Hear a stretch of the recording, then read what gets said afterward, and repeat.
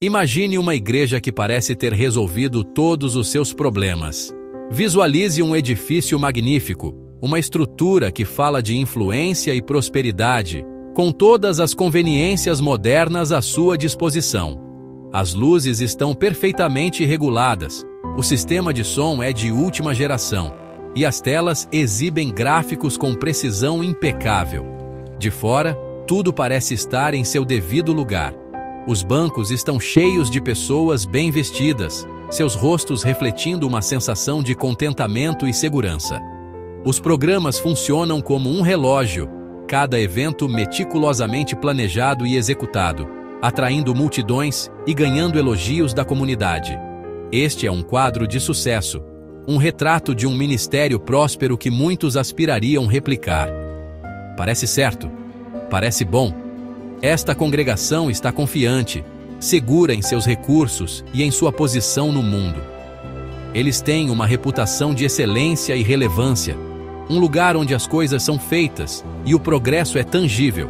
Sua agenda está repleta de atividades, conferências e iniciativas de alcance, cada uma mais impressionante que a anterior. Há um burburinho palpável de atividade, um movimento constante que dá a impressão de grande impulso espiritual. Eles não estão lutando, estão voando, não estão carentes, estão transbordando. Seus líderes são respeitados, sua influência está crescendo e seu futuro parece mais brilhante do que nunca. Eles construíram uma instituição poderosa, um testemunho de sua dedicação e trabalho árduo, e têm todos os motivos para se orgulhar do que realizaram.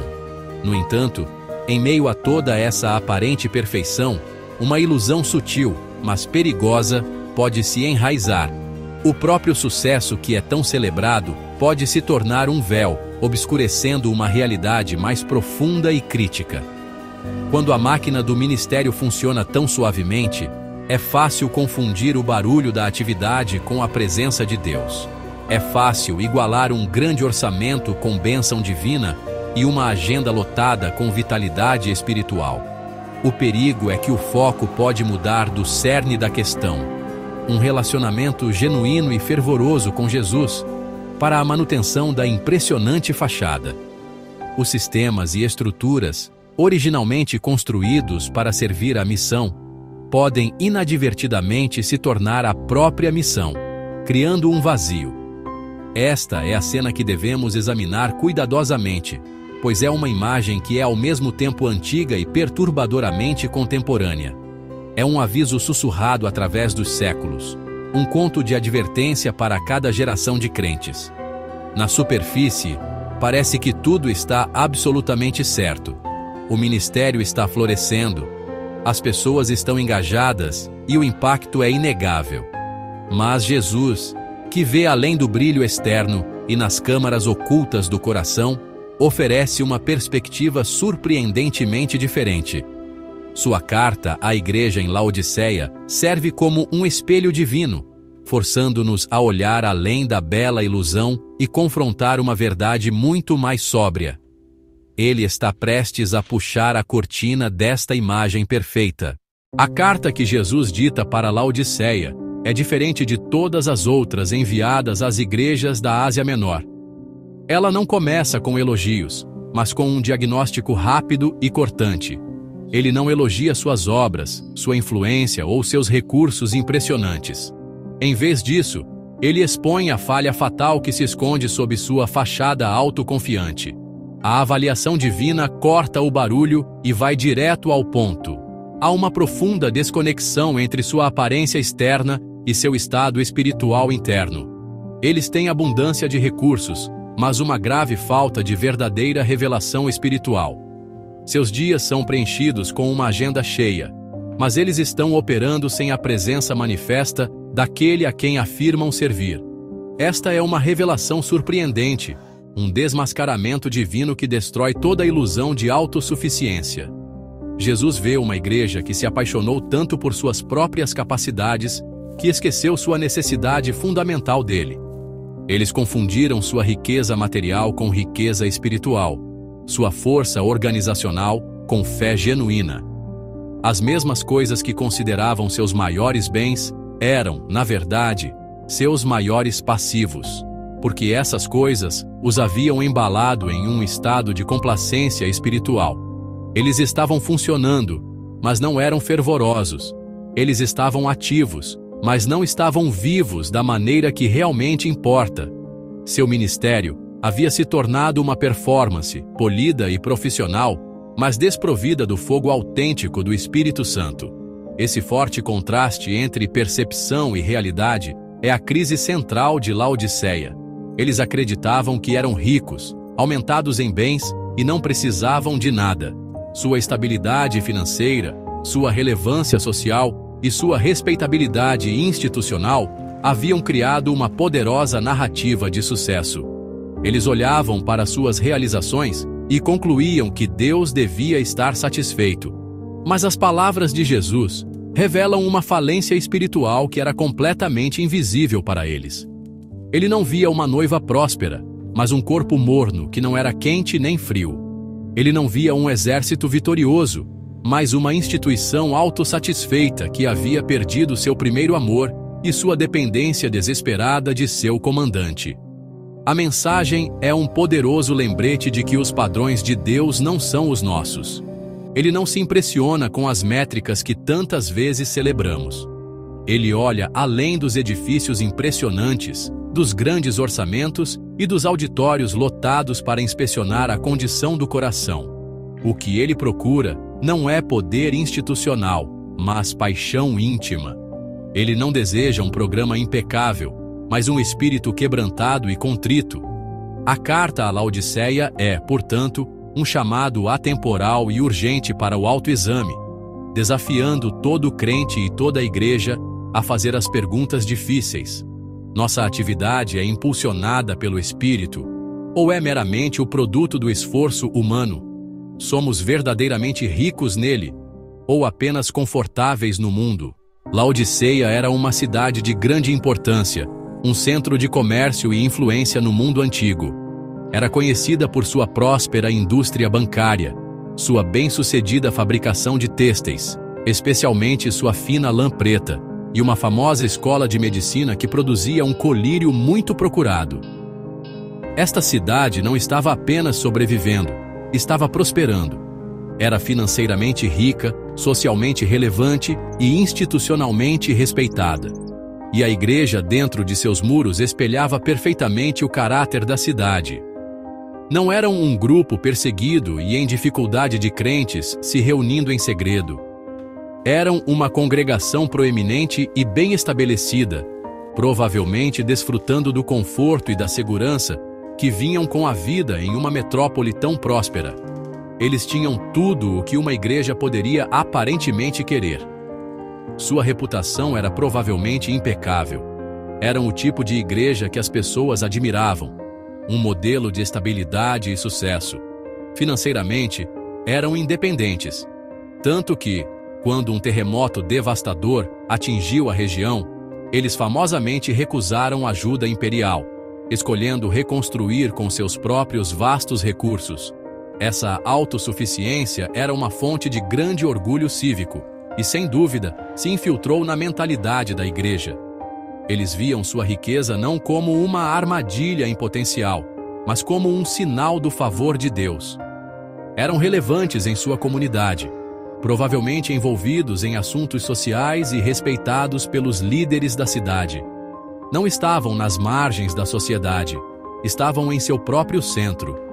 Este perfil de sucesso exterior é precisamente o que torna a carta de Jesus tão chocante. Ele não oferece palavras de louvor, nenhuma. Para as outras igrejas, mesmo aquelas com falhas graves, ele frequentemente começa reconhecendo seus pontos fortes: seu trabalho, sua paciência, seu amor. Mas para Laodiceia, a inspeção divina não encontra nada para elogiar. O silêncio é ensurdecedor. Isso nos diz que, da perspectiva do céu, seu impressionante portfólio de conquistas não valia absolutamente nada. Sua riqueza financeira, sua posição social e sua respeitabilidade institucional nem sequer foram mencionadas como atributos positivos. Jesus ignora completamente a superfície polida que tanto impressionava o mundo. O relato de seu sucesso era inteiramente centrado no ser humano.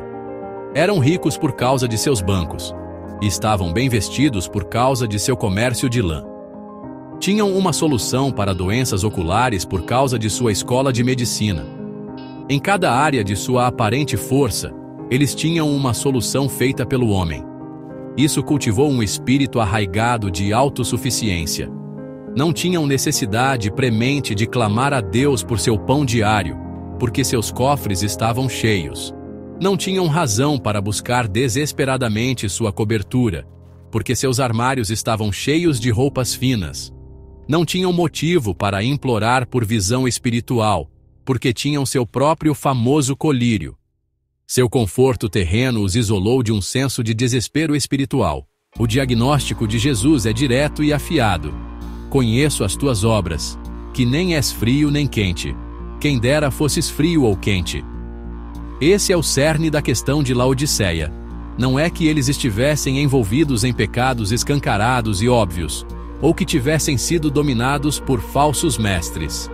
O problema deles era muito mais sutil, e aos olhos de Jesus, muito mais nauseante. Era um problema de temperatura. Eles eram mornos. Eles não eram frios, o que significa que não haviam rejeitado abertamente Cristo ou abandonado a fé por completo. Eles ainda mantinham a forma da religião, cumprindo os rituais de adoração e comunidade. Eles ainda estavam na igreja, identificados como crentes, e provavelmente se viam como cristãos perfeitamente bons. Mas também não eram quentes. Não havia fogo, paixão, devoção zelosa por Jesus. O fervor que marca um coração verdadeiramente cativado pelo Evangelho estava ausente. A chama do primeiro amor havia diminuído para uma brasa quase apagada, sem produzir calor e sem emitir luz. A fé deles era confortável, conveniente e completamente sem paixão. Era uma religião do meio termo, evitando os extremos tanto da apostasia declarada quanto do discipulado radical. Eles haviam se acomodado em um estado de neutralidade espiritual, uma existência insossa e sem graça que era totalmente ofensiva ao Senhor da Igreja. Essa condição de ser cristão o suficiente para ser respeitável, mas não fervoroso o suficiente para ser transformador, era a característica que os definia. A reação de Jesus a esse estado é visceral e violenta. Assim, porque és morno, e nem és frio nem quente, vomitar-te-ei da minha boca. Esta é uma das imagens mais gráficas e perturbadoras de toda a Escritura. Ela transmite uma rejeição absoluta e total, nascida de uma profunda repulsa. A mornidão não é algo que Deus tolera ou com o qual trabalha. É algo que Ele expele. Ele deixa claro que preferiria que fossem frios, abertamente hostis e rebeldes, do que estivessem nesse estado de complacência insípida. Pelo menos com o frio, a posição deles é clara. Não há pretensão. Mas os mornos tentam misturar luz e trevas, servir tanto a Deus quanto ao conforto, criando uma mistura nauseante que ele não pode suportar. Isso revela uma verdade profunda sobre o coração de Deus. Ele não negocia com um coração dividido. Ele não abençoa a devoção apática. Deus é um fogo consumidor, e Ele deseja um povo que arda por Ele. Ele não está procurando admiradores casuais ou cristãos de conveniência que simplesmente adicionam Jesus às suas vidas já confortáveis. Ele está procurando discípulos totalmente entregues, cujos corações estejam em chamas de amor por Ele. A tragédia de Laodiceia foi que eles pensaram que seu confortável meio-termo era um lugar seguro para estar. Eles acreditavam que a falta de grandes problemas significava que estavam em boa situação. Mas Jesus revela que essa zona morta espiritual é o lugar mais perigoso de todos, uma posição que convida não à sua bênção, mas ao seu julgamento. A raiz da condição morna de Laodiceia não era a falta de recursos, mas uma doença profunda da alma à autossuficiência. A declaração que os definia, o próprio lema de seus corações, é revelada por Jesus. Vocês dizem: sou rico, tornei-me abastado, e não preciso de nada. Isso não era apenas um pensamento passageiro, era a sua identidade central. Eles haviam examinado sua cidade próspera, suas finanças estáveis e suas vidas respeitáveis, e concluíram que haviam chegado lá. Estavam completos. Essa declaração, não preciso de nada, é uma das frases mais perigosas que uma pessoa ou uma igreja pode proferir, pois fecha a porta para a graça. É uma dispensa silenciosa, educada, mas firme do próprio Deus. Essa independência espiritual era uma consequência direta de sua abundância material. O sucesso terreno deles havia criado uma poderosa ilusão de saúde espiritual. Como suas contas bancárias estavam cheias, eles não sentiam o desespero que leva alguém a buscar as verdadeiras riquezas de Cristo.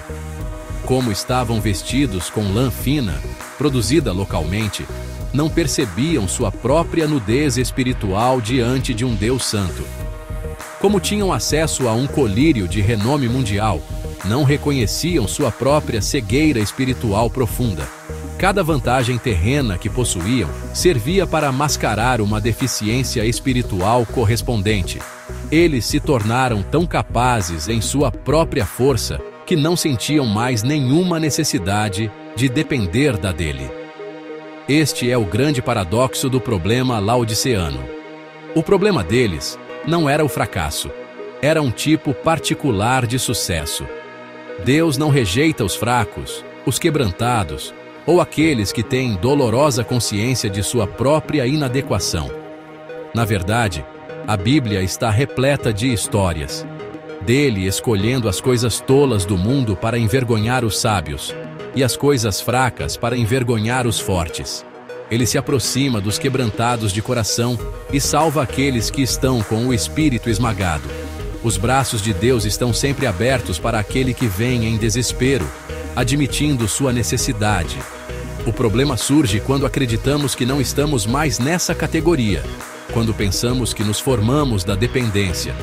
Onde não há senso de necessidade, não pode haver um verdadeiro relacionamento com Deus. Um relacionamento com o Todo-Poderoso é, por sua própria natureza, de completa e total dependência.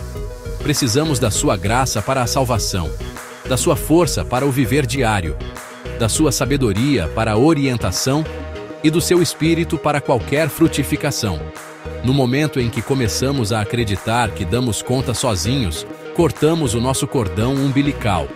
Os laodiceanos não estavam ativamente afastando Jesus. Eles simplesmente não achavam que precisavam puxá-lo para mais perto.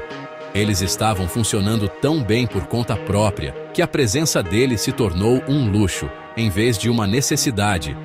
Este é o veneno sutil da autossuficiência. Não parece rebelião, mas funciona como uma declaração de independência de Deus. O orgulho espiritual cegou os laodiceanos para a sua verdadeira condição. As palavras de Jesus cortaram o auto-engano deles. Você é infeliz, miserável, pobre, cego e nu. Eles se viam como ricos e seguros, mas Jesus via pobreza e vazio espiritual. O orgulho deles criou um ponto cego tão profundo que nem perceberam sua necessidade. O orgulho espiritual é perigoso. Ele nos convence de que estamos bem quando estamos longe de Deus. Os laodiceanos nunca questionaram a própria avaliação. Estavam satisfeitos com o sucesso exterior. Suas reuniões estavam cheias. Sua reputação era sólida.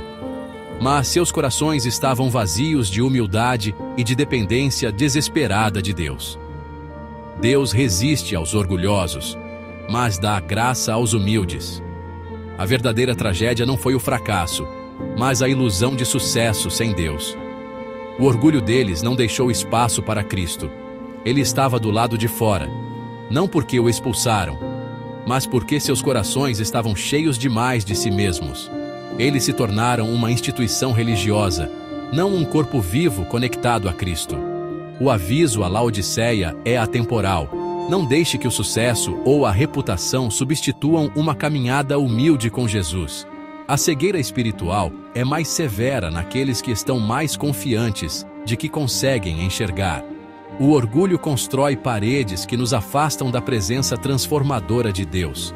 Somente a humildade pode abrir nossos olhos para a nossa verdadeira necessidade. A história dos laodiceanos é um alerta. Não confunda atividade com intimidade com Cristo. A verdadeira visão começa com um autoexame honesto diante de Deus. Jesus não deixa os laodiceanos em sua cegueira. Ele oferece uma saída. A repreensão dele é enraizada no amor, não na raiva. Ele os convida: compre de mim ouro refinado no fogo, vestes brancas e colírio. A solução não é mais esforço, mas uma transação humilde, admitindo a falência espiritual e vindo a Jesus pelo que só Ele pode dar. O ouro é a fé genuína, provada e purificada através das tribulações, não a riqueza terrena. Os laodiceanos tinham riquezas materiais, mas faltava-lhes verdadeiro caráter espiritual. Jesus os chama para trocar riquezas falsas por um tesouro duradouro e celestial. Isso não é uma solução rápida, mas um processo de refinamento, deixando Deus remover o orgulho e a autossuficiência. O conforto deles os havia afastado das próprias provações que produzem a fé verdadeira. Jesus os convida a sair da complacência e entrar em uma fé que é viva e provada. Somente através da rendição e dependência dele, eles podem se tornar verdadeiramente ricos. A prescrição é clara: abandone a autossuficiência. Abrace a dependência humilde. A verdadeira riqueza é encontrada somente em Cristo. O convite está aberto, mas exige abrir mão do orgulho. Eles aceitarão a cura ou se apegarão às suas ilusões? Jesus continua sua oferta, desta vez abordando a autojustiça deles. Ele os instrui a comprar vestes brancas para cobrir sua nudez espiritual. Laodiceia era conhecida por sua luxuosa lã preta, mas Jesus via suas almas expostas e vazias. Respeitabilidade externa não significava nada diante de Deus. Somente a justiça de Cristo poderia verdadeiramente vesti-los. As vestes brancas simbolizam pureza e redenção. Um presente, não uma conquista. Jesus os convida a trocar o orgulho pela sua santidade. Admitir que seus melhores esforços os deixaram expostos foi o primeiro passo. Em seguida, Jesus aborda o orgulho deles na visão, seu famoso colírio. Apesar de sua reputação, eles eram espiritualmente cegos. Jesus oferece a verdadeira visão, a iluminação do Espírito Santo para ver como Deus vê. Suas indústrias, bancária, têxtil, medicinal, não podiam fornecer o que eles realmente precisavam. Tudo de que se orgulhavam era um substituto pobre para os dons de Cristo. A solução não era o autoaperfeiçoamento, mas uma troca total, o vazio deles pela plenitude dele. Jesus os chama a abandonar a segurança feita por si mesmos pelas riquezas do seu reino. A verdadeira transação é a rendição, largar o orgulho e receber o que só Ele pode dar. O verdadeiro valor é encontrado em Cristo, não no que produzimos. Após oferecer a cura, Jesus pinta uma imagem impressionante. Eis que estou à porta e bato. O Senhor da igreja está do lado de fora, esperando um convite. Os programas e sucessos deles enchiam a igreja, mas não deixavam espaço para o próprio Jesus. Ele não foi expulso à força. Ele foi silenciosamente sufocado pela autossuficiência. A porta estava trancada por dentro, por aqueles que afirmavam segui-lo. A batida de Jesus é de amor persistente e paciente. Ele nunca força sua entrada. A tragédia é que o próprio barulho deles abafou seu chamado gentil. É possível ter todas as aparências da fé, mas perder a presença de Cristo. Orgulho, conforto e autoelogio haviam trancado a porta. O aviso é claro: não deixe que a atividade religiosa substitua um relacionamento real. Jesus espera um convite genuíno, não apenas um ritual vazio. A plenitude dos laodiceanos foi a sua ruína. Eles estavam cheios das coisas erradas. Somente a humildade pode abrir a porta para a sua presença transformadora. O som na porta é um chamado para retornar ao que mais importa. Vamos ouvir a sua batida ou permanecer surdos pelo nosso próprio sucesso? O chamado de Jesus é pessoal. Se alguém ouvir a minha voz e abrir a porta, entrarei e cearei com ele. A promessa não é de julgamento, mas de intimidade restaurada para quem responder. O convite muda da igreja toda para cada coração individual. Jesus procura apenas uma pessoa disposta a ouvir e abrir a porta. Ceiar juntos significava profunda comunhão, um relacionamento, não apenas um ritual. Os laodicenses tinham atividade, mas nenhuma presença, reuniões, mas nenhuma comunhão. O banquete do céu estava esperando, mas eles tinham que admitir sua fome. Abrir a porta é arrependimento, admitir a necessidade e dar as boas-vindas a Jesus de volta ao centro. Significa abandonar o orgulho e a autossuficiência. O convite está sempre aberto, não importa o quão longe tenhamos nos afastado. Deus deseja relacionamento, não adoração distante ou discussão vazia. A tragédia é se contentar com uma religião autogerenciada em vez da intimidade centrada em Cristo. A batida é um lembrete. A verdadeira comunhão está sempre disponível se respondermos. A escolha é nossa. Manter a porta fechada ou recebê-lo. Jesus está pronto para restaurar o que foi perdido, se simplesmente abrirmos a porta. A carta à Laodiceia não é meramente um documento histórico, uma relíquia de uma era passada endereçada a uma igreja na antiga Ásia Menor. É uma palavra viva, que respira e ecoa pelos corredores do tempo. Um espelho erguido diante da face da igreja em cada geração. Laodiceia não é apenas um lugar no mapa, é uma condição potencial do coração. Laodiceia somos nós, sempre que permitimos que nosso conforto se torne nosso ídolo. Laodiceia somos nós, sempre que medimos nossa saúde espiritual pela nossa riqueza material. Laodiceia somos nós, sempre que nossas agendas lotadas e programas impressionantes se tornam um substituto para a presença tangível e transformadora de Jesus. O aviso é atemporal, porque a tentação é perpétua. Estamos todos a apenas um passo de seu conforto enganoso. A realidade assustadora é que a condição laodiceana muitas vezes se parece com sucesso. Não parece rebelião ou pecado aberto, parece um ministério bem administrado, respeitável e influente. É o deslizamento sutil da dependência de Deus para a confiança em nossos próprios sistemas, de uma busca apaixonada por sua presença para uma manutenção confortável de nossas rotinas religiosas. É por isso que a mensagem é tão chocante e tão necessária.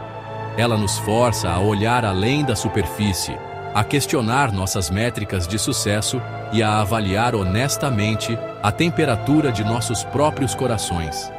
Estamos realmente queimando com um fogo santo por Jesus? Ou nos contentamos com as brasas fumegantes de uma fé morna e conveniente que pouco exige e nada transforma? O perigo reside em nossa própria autoavaliação. Assim como os laodiceanos, podemos estar profundamente enganados sobre nosso verdadeiro estado espiritual. Podemos estar tão cercados pelo barulho de nossa própria atividade, tão impressionados com nossas próprias realizações, que nos tornamos surdos à batida suave na porta. Podemos estar tão confiantes em nosso conhecimento teológico e em nossos planos estratégicos, que nos tornamos cegos à nossa própria pobreza espiritual. A mensagem à Laodiceia é uma interrupção divina, um chamado de despertar amoroso, mas firme, projetado para quebrar nossas ilusões antes que seja tarde demais. É um convite para parar, ouvir e permitir que o Senhor da Igreja nos dê seu diagnóstico sem rodeios de nossa condição, por mais desconfortável que seja. Portanto, não devemos ler esta passagem como um julgamento sobre os outros, mas como um exame pessoal e coletivo. Devemos nos fazer as perguntas difíceis. Nossa fé se tornou um hábito confortável em vez de uma paixão que consome? Tornamo-nos tão autoconfiantes que não sentimos mais uma necessidade desesperada de Deus diariamente, momento a momento? Jesus é verdadeiramente o centro querido de nossas vidas e de nossas igrejas. Ou ele foi relegado à periferia, uma figura respeitada cuja presença real não é mais considerada essencial para nossas operações? Laodiceia é um aviso, mas também uma misericórdia, uma chance de nos vermos claramente e de responder antes que nossa mornidão se torne nosso estado final. O chamado à Laodiceia é marcado por um profundo senso de urgência. Jesus está à porta e bate, mas ele não baterá para sempre. O convite para comprar dele é oferecido agora, mas o camelódromo da graça um dia vai fechar. Isso não é uma sugestão casual para ser considerada no nosso tempo livre, é um apelo urgente por uma resposta imediata. O estado morno não é uma condição estável e sustentável. É um estado de crise espiritual que beira a rejeição divina. A hora de abrir a porta é agora. A hora de trocar nossos trapos imundos pelas suas vestes de justiça é agora. A hora de ungir nossos olhos com o seu colírio é agora, enquanto a oferta ainda está na mesa. A procrastinação é a aliada da vaidade e a inimiga do arrependimento. Essa urgência está enraizada na própria natureza do amor de Jesus. Sua repreensão afiada não é o ato de um juiz distante, mas o grito desesperado de um noivo amoroso que vê sua noiva esfriando e se distanciando. Ele diz: "A quantos eu amo, eu repreendo e castigo." Suas palavras não são para condenar, mas para corrigir. Não são para esmagar, mas para chamar de volta. O castigo do Senhor é um sinal do seu amor autêntico e do seu investimento em nossas vidas. Ele nos ama demais para nos deixar em nosso estado morno e autossatisfeito. Ele preferiria nos ferir com a verdade para nos trazer cura do que nos bajular com mentiras que levariam à nossa ruína final. A intensidade do seu aviso é a medida da intensidade do seu amor. Portanto, seja zeloso e arrependa-se. Este é o seu comando, sua receita para a doença da alma. O antídoto para a mornidão não é um ajuste menor, é uma reorientação radical do coração. Requer zelo, uma paixão renovada, um fogo reacendido, um avivamento intencional das chamas do nosso primeiro amor. Significa buscar a Deus ativa e apaixonadamente com a mesma energia que um dia reservamos para nossos próprios confortos e conquistas. E requer arrependimento, um afastamento do nosso orgulho, uma confissão da nossa autossuficiência e uma reversão completa da nossa direção. É uma escolha consciente de abandonar o nosso próprio quintal e correr de todo o coração de volta para seus braços, admitindo que somos pobres, cegos e nus sem Ele. Não podemos nos dar ao luxo de ser complacentes. Vivemos em um mundo que constantemente encoraja a mentalidade laodiceana, uma cultura que celebra a autossuficiência e o conforto material. A corrente da nossa sociedade flui naturalmente para a mornidão. Ser quente para Jesus exige um nado contracultural deliberado, diário e muitas vezes difícil. Exige vigilância sobre nossos próprios corações, um autoexame constante para garantir que os venenos sutis do orgulho e do conforto não estejam se infiltrando.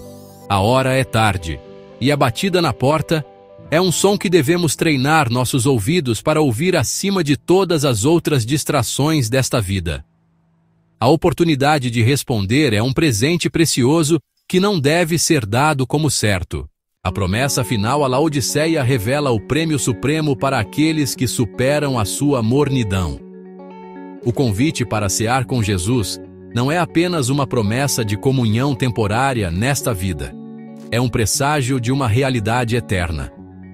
Ele conclui com esta oferta assombrosa: "Ao que vencer, eu lhe concederei que se assente comigo no meu trono, assim como eu venci e me assentei com meu Pai no seu trono." Este é o jogo final. Este é o destino. A jornada para sair da complacência confortável não leva a uma vida de luta perpétua, mas a uma posição de glória inimaginável, honra e autoridade compartilhada com o Rei dos Reis. A ceia com ele agora é o aperitivo para a eterna festa de casamento que virá. Esta promessa reformula toda a nossa perspectiva sobre o que significa ser rico. Os laodiceanos pensavam que eram ricos porque tinham dinheiro e influência. Jesus revela que a verdadeira riqueza é encontrada ao superar as próprias coisas que o mundo mais valoriza: nosso orgulho, nosso conforto, nossa autossuficiência, a fim de ganhá-lo. Aquele que abre a porta, que compra o ouro verdadeiro, que veste as vestes brancas, é aquele que, em última análise, compartilhará de sua vitória e de seu reinado. O conforto temporário do estilo de vida laodiceano empalidece em comparação com o peso eterno da glória oferecida àquele que é zeloso e arrependido. Estamos trocando uma ilusão fugaz por uma herança eterna. A jornada começa com um único e simples ato: abrir a porta. É a escolha que cada indivíduo em cada geração deve fazer. Permaneceremos contentes dentro de nossos cômodos, autoconstruídos e autocongratulatórios, surdos ao som de sua batida? Ou teremos a humildade e a coragem de admitir nossa necessidade, de escancarar a porta de nossos corações e de dar as boas-vindas ao Senhor da Glória para que Ele ocupe seu devido lugar? Continuaremos a nos banquetear com a junk food de nossas próprias realizações? Ou nos sentaremos para a ceia que dá vida e que só Ele pode proporcionar? A escolha é nossa, e as consequências são eternas. O jantar no tempo se tornará uma dinastia na eternidade. Que esta seja nossa oração final e nosso clamor urgente: Senhor, salva-nos de sermos Laodiceia. Desfaça nossas ilusões, exponha nosso orgulho, acenda um fogo em nossas almas que não possa ser apagado pelo conforto ou pela conveniência. Dê-nos ouvidos para ouvir sua batida e corações dispostos a escancarar a porta. Queremos trocar nossas riquezas por seu caráter, nossa reputação por sua retidão, nossa compreensão por sua visão. Queremos ser um povo que não é apenas ativo para você, mas intimamente apaixonado por você. Pois sabemos que somente aqueles que abrem a porta cearão com você agora. E somente aqueles que cearão com você agora reinarão com você, quando este jantar temporário se transformar em uma eternidade duradoura.